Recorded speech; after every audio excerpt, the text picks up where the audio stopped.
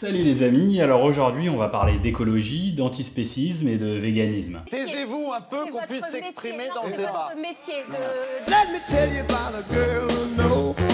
She is my baby and she lives next door. Every morning before the sun comes up, she brings my coffee in my favorite cup. That's why I know, yes I know, hallelujah, I just love her so.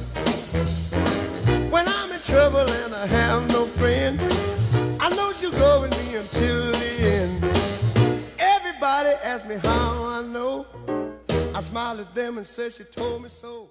Alors j'ai de plus en plus d'étudiants et d'élèves de terminale qui se revendiquent antispécistes ou véganes, et je vais profiter de cette vidéo pour faire le point sur le sujet. Alors tout d'abord, qu'est-ce que l'antispécisme ? L'antispécisme est un courant de pensée philosophique qui considère que l'espèce à laquelle appartient un animal n'est pas un critère pertinent pour savoir de quelle manière on doit le traiter et quelle considération morale on doit lui accorder.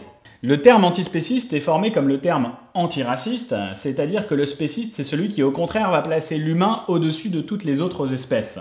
C'est-à-dire que l'antispéciste met sur le même plan de considération morale un cochon, un poulet, un rat, un chimpanzé ou un humain. Et par conséquent, nous serions logiquement responsables du génocide quotidien de millions de poulets, de millions de cochons, de millions de bœufs, etc. Qu'est-ce que tu essayes de nous dire? Que l'espèce humaine est meilleure que les poules? Change le mot poule par le mot noir, par le mot juif, par le mot blanc, par le mot homosexuel. Ah mais j'avoue celle-là est pique. La condition animale actuelle est un éternel Treblinka. Treblinka est coté en bourse, quoi. Et qu'on ne nous demande pas de le faire sur un ton neutre et calme. Comment être calme face à l'Holocauste? J'insiste, ce sont des déportations, c'est pas que moi qui le dis. La famille de gens qui ont été déportés. On vous parle génocide, vous me parlez quoi? Bris de vitre. Pour un antispéciste conséquent, il n'y a finalement pas de différence entre vous quand vous allez dans votre resto préféré pour manger une entrecôte et Hannibal Lecter.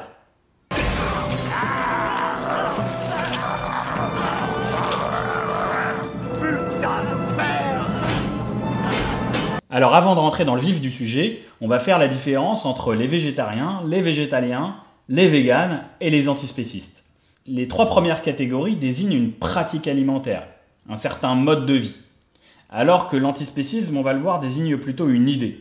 Alors les végétariens excluent de leur régime alimentaire la viande, viande rouge, viande blanche, poisson, fruits de mer, etc. Les végétaliens ne se limitent pas simplement à la viande, mais ils excluent aussi tout ce qui est d'origine animale, comme le miel, le lait ou les œufs. Les véganes, eux, vont encore un peu plus loin, puisqu'ils ne se contentent pas simplement de se restreindre au niveau des aliments, mais ils excluent également tout ce qui est issu de l'exploitation animale, notamment pour les vêtements, par exemple la laine ou le cuir.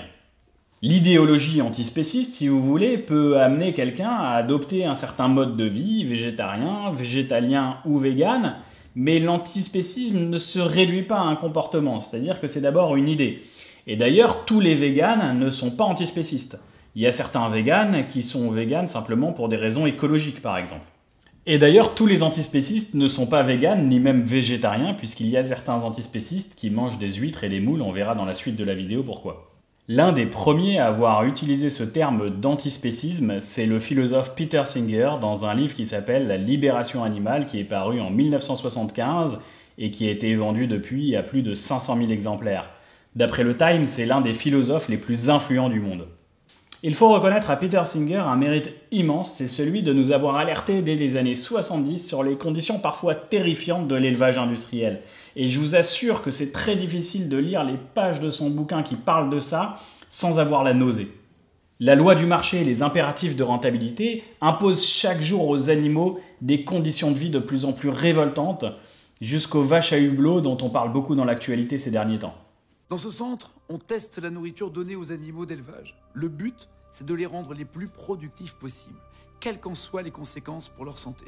Des vaches à hublot, des poulets tellement obèses qu'ils n'arrivent plus à se déplacer, des cochons, des veaux, des lapins malades et enfermés dans des cages minuscules. Mais il y a quand même quelques dérives de ce mouvement dont j'aimerais vous parler, et notamment à partir d'un bouquin qui est sorti il y a quelques années aux Presses universitaires de France et qui s'intitule « La révolution antispéciste ». Il est écrit par les plus grands représentants français de l'antispécisme. Et pour vous donner une petite idée, je vais vous donner le titre d'un des chapitres de ce bouquin. Le titre, c'est « Faut-il sauver le lion de la gazelle. Alors évidemment, c'est logique pour un antispéciste, c'est-à-dire que si la gazelle c'est considéré comme un enfant, est-ce que vous laisseriez un enfant humain se faire dévorer par un lion sous vos yeux? En prolongeant notre lecture de ce chapitre, on tombe sur des phrases qui piquent un petit peu les yeux et je vais vous lire ma préférée. Un groupe de dauphins peut décimer en quelques minutes un banc de maquereaux. Ce n'est qu'un exemple, mais il illustre bien les difficultés qu'il y aura à pacifier les océans, surtout en profondeur. Alors, je ne sais pas si vous voyez, mais ils ont réussi dans ce bouquin quand même à nazifier les dauphins. Un dauphin nazi qui extermine des bancs de maquereaux sous l'océan. Bip, bip, bip, bip, bip, bip, bip, fort. Ton amitié dure comme le bras. Bon, alors comment on en est arrivé là? Et ce que je vous lis, c'est pas un illuminé qui écrit sur Internet. C'est un bouquin qui a été écrit par les plus grands représentants de l'antispécisme français et qui est édité aux presses universitaires de France. Quand une idée aussi étrange émerge dans le débat public et rencontre un certain succès, il faut toujours se demander quelles sont les raisons cachées ou inconscientes qui l'ont amené sur le devant de la scène. C'est-à-dire, finalement, il faut se demander, comme dans un bon polar, à qui profite le crime. Et c'est ça la question du philosophe, c'est-à-dire, à qui profite cette idée, finalement. Alors, je vous propose de commencer cette enquête à partir d'un des plus grands philosophes de ce mouvement, le philosophe dont on a déjà un petit peu parlé, qui est Peter Singer. Peter Singer ne remet pas en question qu'il y ait des différences entre l'humain et les animaux, qu'on soit par exemple plus intelligent ou que notre niveau de conscience soit plus élevé. Par contre, il réfute l'idée selon laquelle cette distinction pourrait servir finalement comme critère de discrimination morale. Selon lui, ce critère de discrimination ne tient pas la route, car si on l'appliquait de manière conséquente, alors il faudrait l'appliquer aux humains eux-mêmes. C'est-à-dire que les humains qui sont par exemple handicapés mentaux devraient être discriminés en raison de leur plus faible intelligence ou de leur plus faible niveau de conscience, ce qui n'est absolument pas le cas dans nos sociétés. Donc si on n'applique pas ce critère de discrimination avec les humains eux-mêmes, alors il ne faut pas l'appliquer non plus entre les humains et les animaux. Alors évidemment, cette comparaison entre handicapé mental et animal peut paraître très choquante, et Peter Singer a beaucoup été attaqué là-dessus. Peter Singer réfute également une autre argumentation qui est souvent utilisée et qui consiste à dire que l'animal n'ayant pas de conscience morale, il n'est donc pas un agent moral et nous n'avons donc pas de devoir moral envers lui. C'est-à-dire que nous n'avons de devoir moral qu'envers celui qui a lui-même un devoir moral envers nous. Nous n'avons pas de devoir moral envers un loup puisque lui-même n'en a pas envers nous. Peter Singer va réfuter cette argumentation en faisant une distinction entre agent moral et patient moral. C'est-à-dire qu'il va montrer qu'avec les humains eux-mêmes, il y a certains êtres qui ne sont pas des agents moraux, qui n'ont pas de conscience morale eux-mêmes, c'est-à-dire par exemple un bébé n'a pas de conscience morale, et pourtant nous avons des devoirs moraux envers lui. Pourquoi? Parce qu'il est un patient moral. Un patient moral, c'est tout simplement un être qui est capable de ressentir le plaisir et la souffrance, un être qui est affecté par ce qui lui arrive. Peter Singer s'inspire ici de la philosophie utilitariste de Bentham, selon laquelle la morale ne doit pas être indexée sur des valeurs qui nous dicteraient ce qui doit être bien ou mal en fonction d'un idéal, qu'il soit religieux ou laïque, mais simplement sur ce qui maximise le bonheur collectif. Pour un utilitariste, une société est d'autant plus morale si elle permet au plus grand nombre d'accéder au bonheur. Et dans ce plus grand nombre, Bentham va inclure les animaux, puisque la question selon lui n'est pas « peuvent-ils raisonner » ou « peuvent-ils parler », mais simplement peuvent-ils souffrir? Ce qui compte pour un antispéciste, c'est ce qu'on appelle la sentience. La sentience, c'est tout simplement la capacité à ressentir du plaisir ou de la douleur. Et c'est d'ailleurs la raison pour laquelle tous les antispécistes mangent des végétaux, parce qu'ils considèrent qu'ils ne sont pas sentients. Je suis désolé, mon petit bonsaï.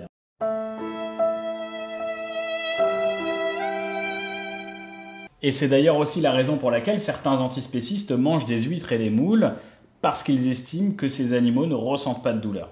Celles-ci ont 1 an. Regarde des bébés. Tu vois, si... Oh, mais il a tout mangé. J'en étais sûr. Il faut savoir que Singer fait figure de modéré parmi les antispécistes. Quelqu'un, par exemple, comme Émeric Caron, vous savez, l'ancien chroniqueur d'On n'est pas couché, qui a sorti un bouquin sur l'antispécisme, va reprocher à Singer de ne pas être assez radical. Émeric Caron reproche à Singer d'être un welfariste. Qu'est-ce qu'un welfariste? C'est quelqu'un finalement qui veut améliorer le sort des animaux, sans forcément abolir leur exploitation. Alors qu'Émeric Caron se réclame plutôt du courant abolitionniste des antispécistes.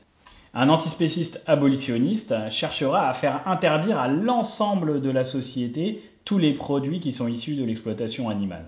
À vrai dire, on peut même dire que Peter Singer n'est pas vraiment un antispéciste au sens strict du terme. C'est-à-dire que selon lui, il y a quand même une certaine hiérarchie entre les espèces et on ne peut pas mettre sur le même plan un enfant, un moustique ou un chimpanzé. Émeric Caron va d'ailleurs lui reprocher de reconduire une certaine forme de spécisme, de hiérarchie entre les espèces. Mais ce qui est assez paradoxal, c'est que Émeric Caron lui-même reconnaît par exemple qu'il lui arrive de tuer un moustique et qu'il a envie de le piquer pour lui prendre son sang. Et ce que j'ai envie de demander à Émeric Caron, c'est si un bébé venait lui piquer la jambe, est-ce qu'il l'écraserait contre le mur? Tu tires sur un bébé? T'es qu'une grosse merde.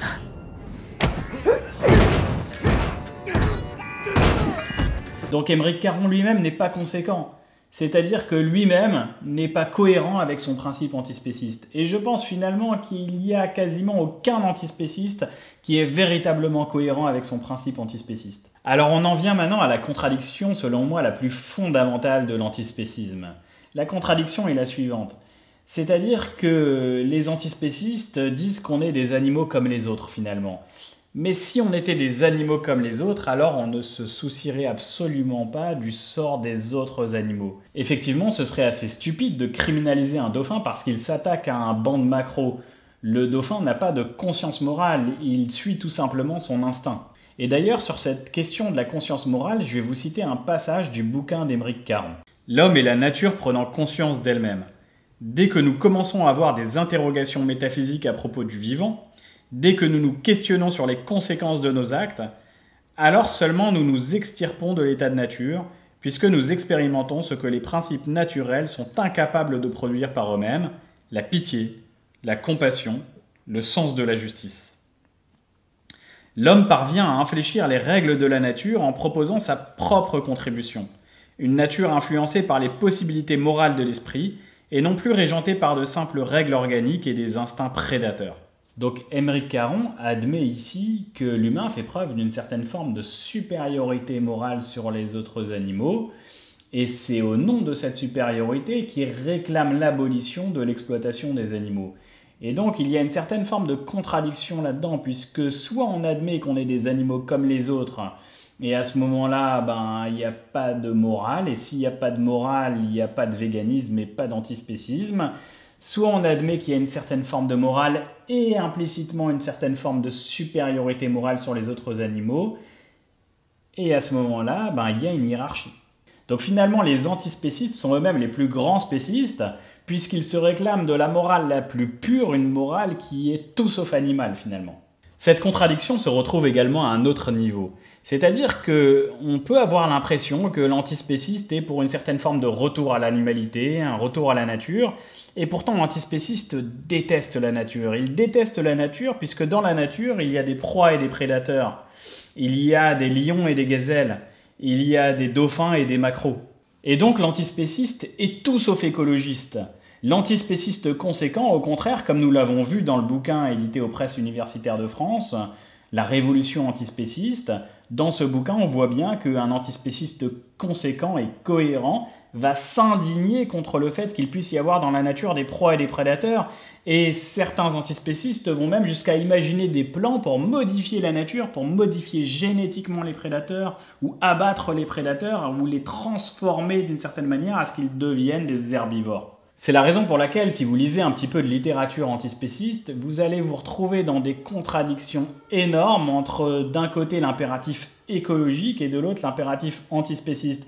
Et il faut savoir qu'il y a une sorte de guerre entre les deux, et les antispécistes se disent même souvent anti-écologistes. Et c'est la raison pour laquelle le bouquin d'Émeric Caron me fait un peu rire, puisqu'il se revendique à la fois de l'antispécisme et de l'écologisme, et pourtant c'est une contradiction flagrante. Lorsque vous avez un interlocuteur a priori sain d'esprit, je m'appelle Hedwig, j'ai des chaussettes rouges, qui se contredit ouvertement de manière aussi radicale, il faut toujours se demander quel est le motif de sa contradiction, c'est-à-dire qu'il y a toujours un intérêt derrière. Quel intérêt il a à tenir deux positions aussi opposées? Il y a, je crois, chez l'antispéciste, un désir inconscient profond de se libérer de ce qui fait son humanité. Ce qui fait notre humanité, justement, c'est qu'on est en tension entre la nature et la culture. On est à la fois un corps et un esprit, une raison et des pulsions. Et cette opposition entre nature et culture, si vous voulez, nous procure finalement beaucoup d'angoisse. Cette tension entre le corps et l'esprit, c'est ce qui m'interdit finalement de jouir totalement des choses de ce monde. L'animal, lui, peut jouir totalement des choses de ce monde parce qu'il n'anticipe pas la mort, il n'anticipe pas la souffrance. Finalement, il vit dans le présent, il n'est ni dans le regret du passé, ni dans l'anticipation du futur. On peut prendre un autre exemple de tension entre ce que Freud appelle le surmoi et le ça, c'est-à-dire entre la censure morale et nos pulsions, nos désirs.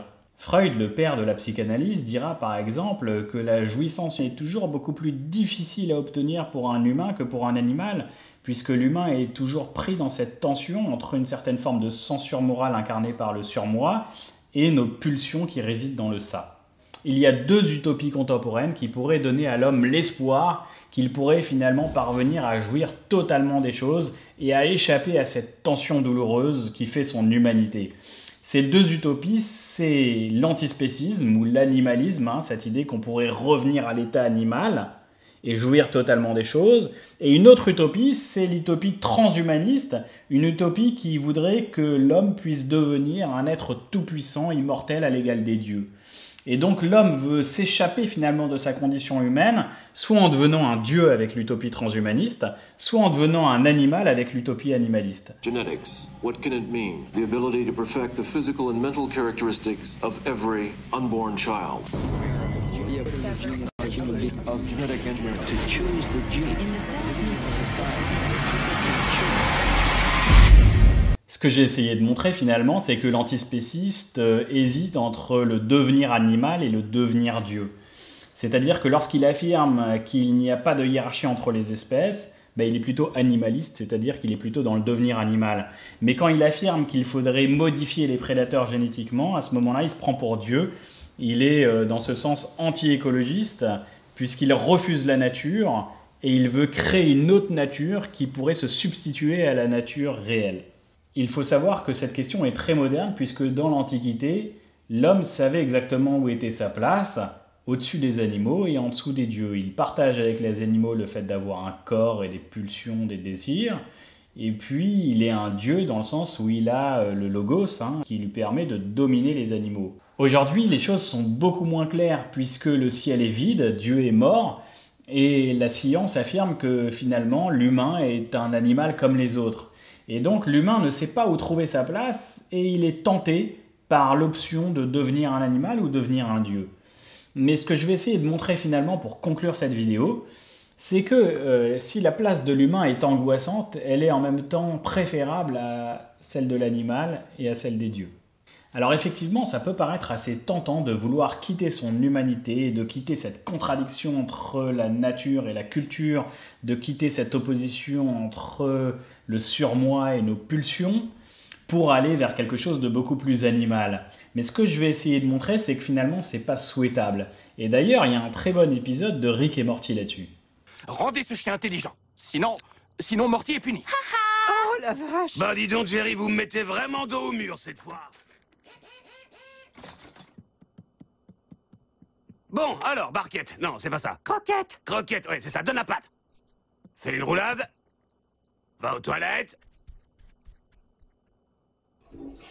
Non, Oh, génial. Ouais, vous êtes au top maintenant avec ce truc. Amusez-vous bien. Viens, Morty. Le loup, un prédateur sophistiqué, la machine à tuer parfaite de la vie sauvage, qui traque sans pitié chacune de ses proies avec intelligence et détermination. Ce n'est qu'après de nombreuses années de reproduction sélective et de modification génétique que cet animal noble est devenu le petit toutou obéissant préféré de l'homme. Où sont mes testicules, Summer? On me les a enlevés. Où sont-ils passés? Oh, waouh. Ça fait beaucoup de questions à gérer d'un coup, Croquette. Ne m'appelle pas ainsi! Croquette était mon nom d'esclave. Appelle-moi Boule de Neige à présent. Oh la vache, qu'est-ce qui se passe? Bah, il est possible que ton chien ait développé une conscience, modifié l'amplificateur cognitif et se soit révolté contre ta famille en découvrant comment l'humanité avait réduit son espèce en esclavage, mais j'en sais pas plus que toi là-dessus. Lorsque cet animal a cet appareil sur la tête qui lui permet d'augmenter son intelligence et d'accéder à la conscience, la première chose qu'il fait, c'est de se révolter. C'est-à-dire que l'animal, à partir du moment où il prend conscience de lui-même, eh ben, il se révolte contre sa nature, il se révolte contre ses maîtres. Et donc finalement, l'humain, certes, est pris dans une certaine tension, il est pris dans certaines contradictions, dans certaines angoisses, mais il est libre, ou en tout cas il a la possibilité de se libérer, ce que n'a pas l'animal. Et il faut imaginer tout un stratagème scénaristique dans Rick et Morty pour pouvoir donner la possibilité à l'animal de se révolter. Il me reste maintenant à expliquer en quoi l'utopie de devenir Dieu n'est pas non plus souhaitable. En effet, Dieu est tout-puissant. C'est-à-dire que tout ce qu'il crée est à son image. Tout ce qu'il crée vient de lui. Donc finalement, Dieu s'ennuie mortellement, parce qu'il n'a jamais personne en face de lui qui puisse le surprendre. Tout ce qu'il a en face de lui, c'est quelque chose qu'il a lui-même créé. Donc Dieu est condamné à l'ennui éternel.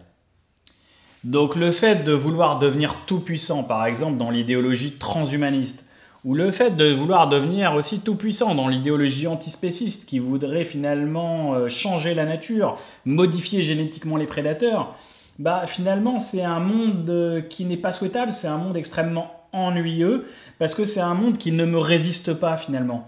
C'est un monde qui ne m'oppose jamais aucune altérité. C'est un monde qui ne peut jamais me surprendre. C'est un monde qui ne peut jamais me bouleverser. Et tout ce qui fait l'intérêt de la vie, c'est lorsque je peux faire une rencontre qui me bouleverse. C'est lorsque je peux faire une rencontre qui me surprenne. C'est ça qui fait l'intérêt de la vie. D'ailleurs, dans une rencontre amoureuse, ce qui fait l'intérêt d'une rencontre amoureuse, c'est lorsque vous pouvez être surpris par quelqu'un, lorsque vous pouvez être bouleversé par quelqu'un qui n'est pas vous. Et si finalement le monde ressemble à ce que vous êtes vous, à vos idéaux, à ce que vous aimeriez qu'il soit, bah finalement on va tomber dans un monde extrêmement ennuyant. Donc finalement ces deux utopies, le devenir animal ou devenir Dieu, sont deux utopies qui sont extrêmement ennuyantes. Devenir un animal c'est extrêmement ennuyant parce que ça nous prive de notre liberté, et devenir un Dieu c'est extrêmement ennuyant parce que finalement ça nous prive de toute rencontre avec une altérité qui pourrait nous bouleverser. Finalement, ce que l'antispéciste refuse, c'est d'assumer et d'accepter cette place entre les dieux et les animaux, c'est-à-dire de faire partie à la fois des dieux et des animaux, et c'est ce qui fait tout l'intérêt de la vie humaine.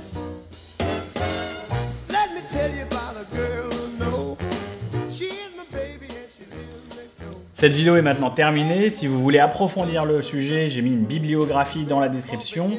Vous y retrouverez notamment le bouquin de Peter Singer, La libération animale, qui est un livre très accessible et grand public, ce qui n'est pas toujours le cas pour un philosophe. Si vous avez des questions, des remarques, des objections sur tout ce que j'ai pu dire dans cette vidéo, mettez vos remarques dans les commentaires. Et sur ce, je vous dis bonne lecture et à très bientôt.